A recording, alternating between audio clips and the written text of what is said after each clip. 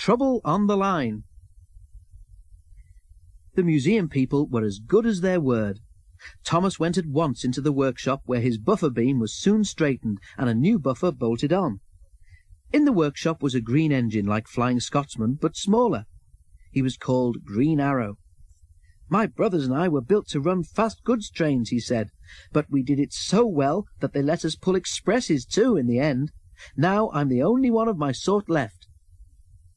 Green Arrow was so friendly that when Thomas was mended he was sorry to leave him.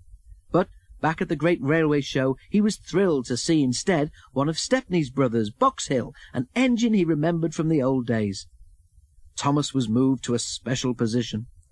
"There's no doubt about it," said his driver. "You're a star attraction." "Is that being a credit to the Fat Controller?" asked Thomas. He was anxious to make up for the parking ticket. One morning Thomas's driver arrived in great excitement. "We're to give rides on the demonstration line," he said. Thomas was delighted. The 3 demonstration lines were different sizes. One was narrower than Thomas's, and the third was used by a very wide engine called Iron Duke. "This is broad gauge," he explained. "The Great Western Railway used it until about 100 years ago." Thomas wondered if Duck knew about broad gauge. It would be nice to tell him something about the Great Western, he thought. The engines had to take great care because of the many visitors. Thomas was anxious. Some people were not as careful as they should have been. Thomas had never seen such crowds. "We must watch out," he told his driver. "What would happen if a child got onto the line?" "Don't you worry, Thomas," replied the driver. "There are plenty of good, strong barriers, and we'll take care." But Thomas did worry. He was afraid that in an emergency he might not be able to stop soon enough. Next morning Thomas felt better. The sun was shining, and he was looking forward to talking to Iron Duke again. He chunted happily backwards and forwards along the demonstration line all day. Then, nearly at closing time, it happened. Thomas saw something fly through the air and land on the rails in front of him. His driver saw it too. He put the brakes hard on. "Beep, beep, beep, beep," whistled Thomas in alarm. "I must stop, I must."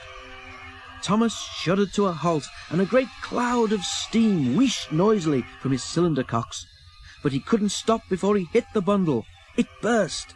Sandwiches and crisps flew in all directions, while pop from a broken bottle fizzed over Thomas's wheels. In the crowd, a child, frightened by the steam, cried loudly. "I want to go home, Mummy, now!" screamed the child. "You noisy great engine!" shouted his mother, waving her fist at Thomas. "I'm going to see the manager." "Oh, dear," thought Thomas. "That's not the way to be a credit to the Fat Controller." "You did very well," comforted his driver. "Thank goodness it was only a lunch pack and not a child on the line." The fireman was inspecting Thomas. "Hey, look at this!" he shouted. The driver went to see. "You damaged your brakes when you stopped suddenly," he told Thomas. "No more work until they're fixed, I'm afraid. Never mind. If the people here today have learned that engines can't stop at once, that's a good thing." Thomas hoped they had.